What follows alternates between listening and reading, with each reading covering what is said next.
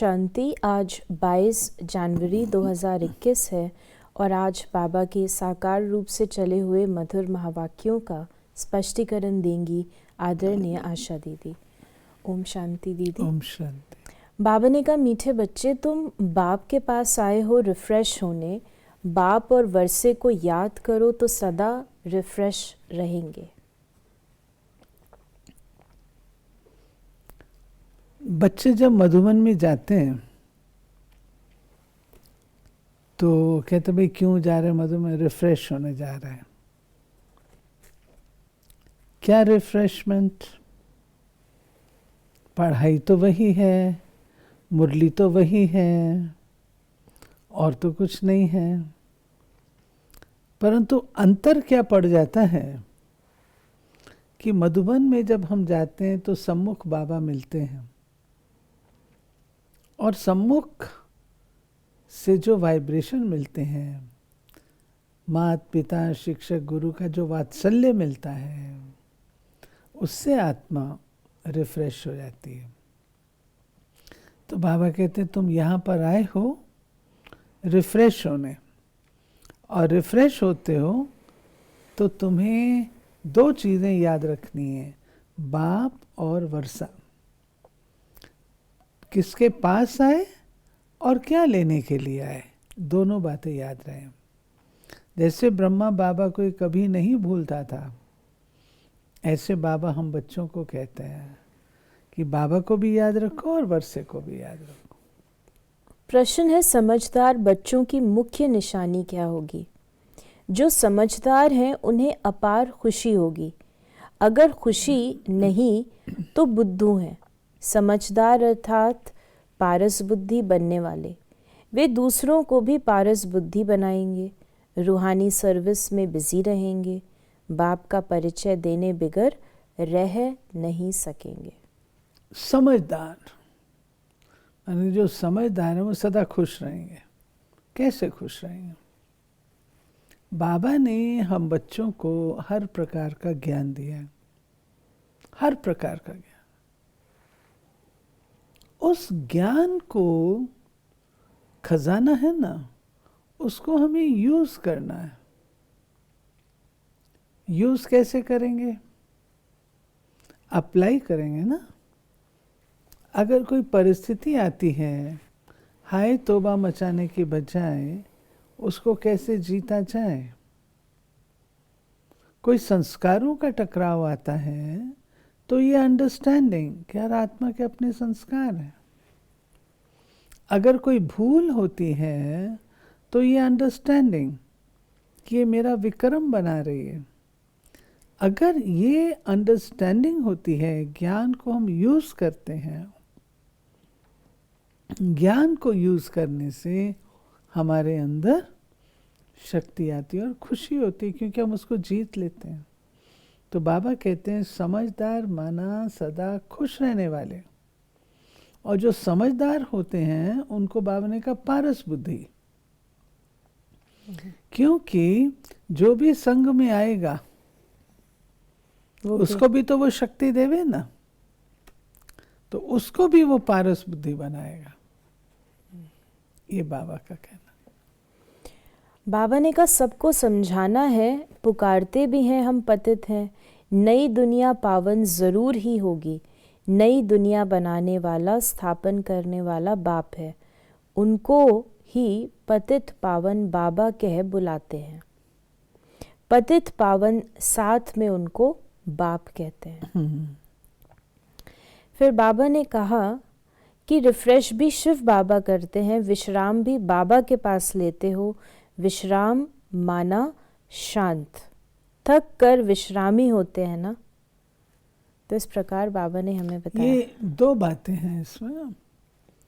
एक तो बाबा ने कहा जब तुम मधुबन में आते हो तो कौन रिफ्रेश करता है? शिव बाबा। शिव बाबा की मुरली से ही तो रिफ्रेश होते हैं ना। और विश्राम, जो भी मन में बात होती है, कोई तकलीफ, कोई कठिनाई, तो किसको कहें? तो बाबा को बोल करके बच्चे निश्चिंत हो जाते थे। जैसे जब विश्राम करते हैं तो शांति में जाते हैं, ऐसे बाबा ने कहा शांत, बाबा को सुनाया और शांत। तो मधुबन में हम विश्रामी होते हैं, साथ ही साथ जब परम धाम की जो हमारी स्थिति है वो भी विश्राम की है।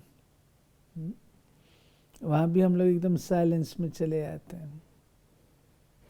बाबा ने कहा कि समझते हैं कहाँ जादू ना हो। अरे तुम कहते हो जादूगर, तो मैं भी कहता हूँ जादूगर हूँ, परंतु जादू कोई वो नहीं जो भेड़ बकरी आदि बना दे। ये बुद्धि से समझा जाता है। गायन भी है सुर मंडल के साज से, इस समय मनुष्य जैसे ऋण मसल है।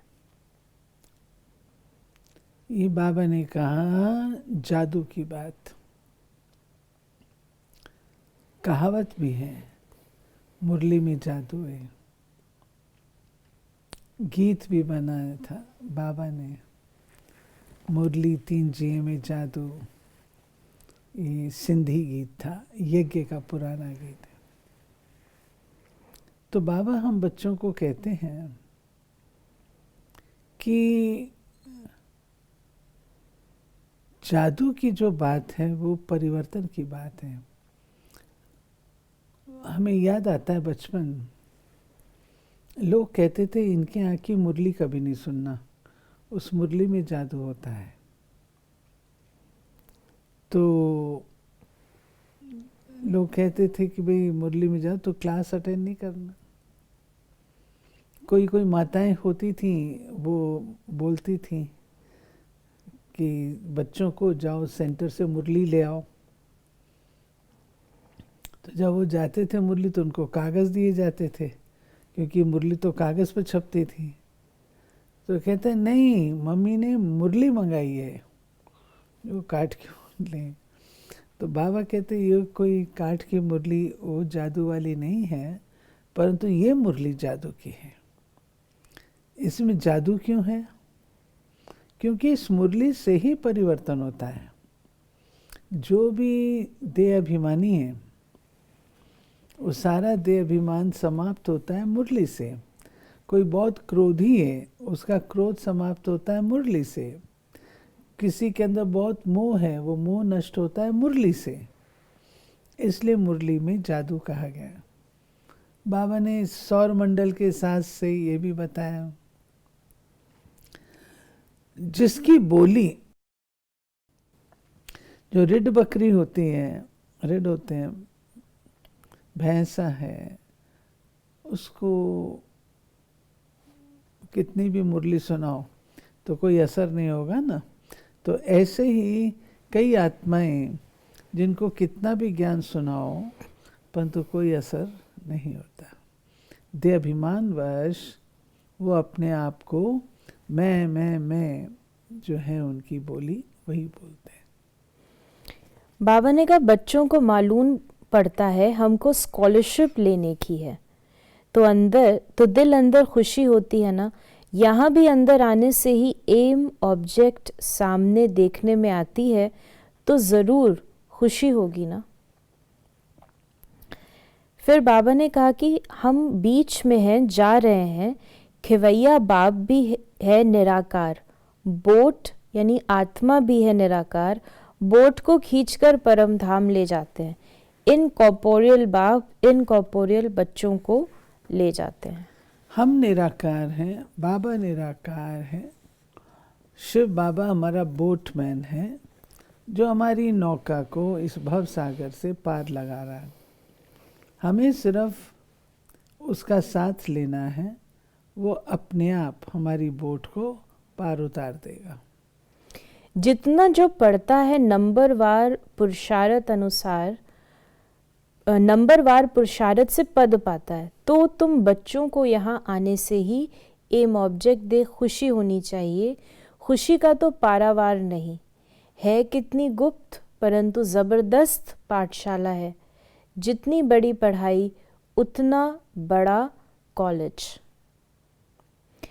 फिर बाबा ने कहा कि देवताओं में ये ज्ञान थोड़े होगा, ज्ञान से देवता बन गए, फिर पढ़ाई की दरकार नहीं।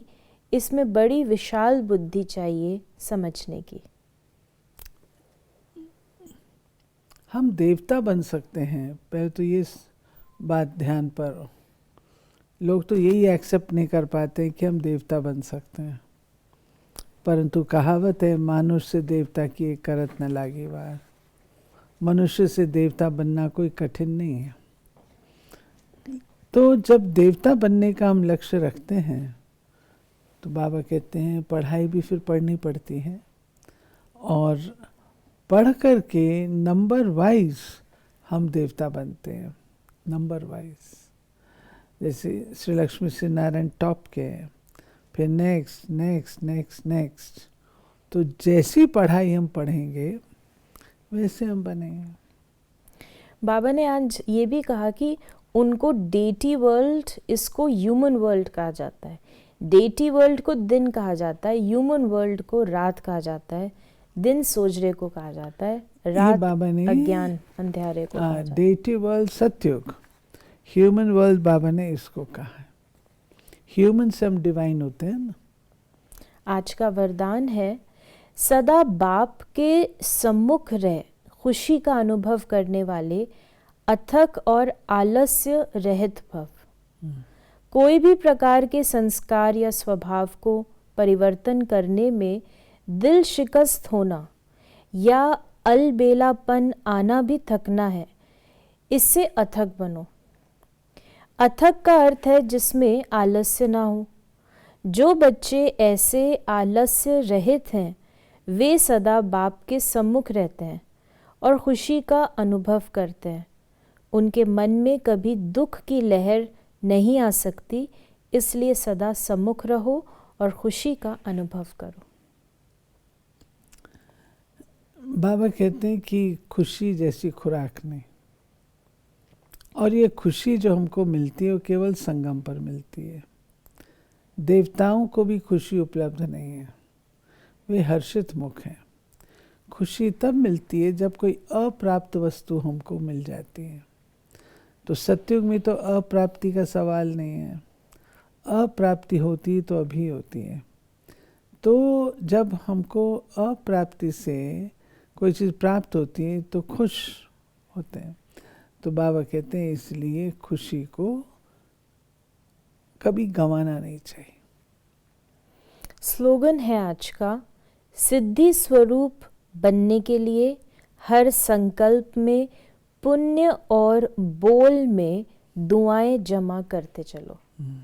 सिद्धि स्वरूप बनने के लिए हर संकल्प में पुण्य और बोल में दुआएं जमा करते चलो। हर संकल्प में पुण्य और बोल में दुआएं जमा करते चलो। सिद्धि स्वरूप बनना है तो नेचुरल है। अगर अच्छे संकल्प करेंगे तो ही तो सिद्ध होंगे। ऊट पटांग संकल्प करेंगे तो सिद्ध थोड़ी होंगे। तो संकल्प में पुण्य हाँ, कैसे मैं बता रहा हूँ। तो संकल्प में पुण्य अर्थात जिस आत्मा को जो चाहिए वो हम इमर्ज करें अपने मन के अंदर, तब वो साकार हो सकेगा। और बोल में दुआएं, हर एक के प्रति शुभ भावना, शुभ कामना, दुआएं, ये हमारा कर्म और धर्म है संगम का। और स्पेशली इस समय जबकि अब हमें वापस जाना है, नए अकाउंट्स नहीं बनाने हैं, तो हमको संकल्प में ये रखना है, दुआएं रखना। तो ये थे बाबा के आज के महावाक्यों का स्पष्टीकरण। यदि आपके मन में भी कोई सवाल है तो आप उसे व्हाट्सएप करें 8826599309 पर। ओम शांति।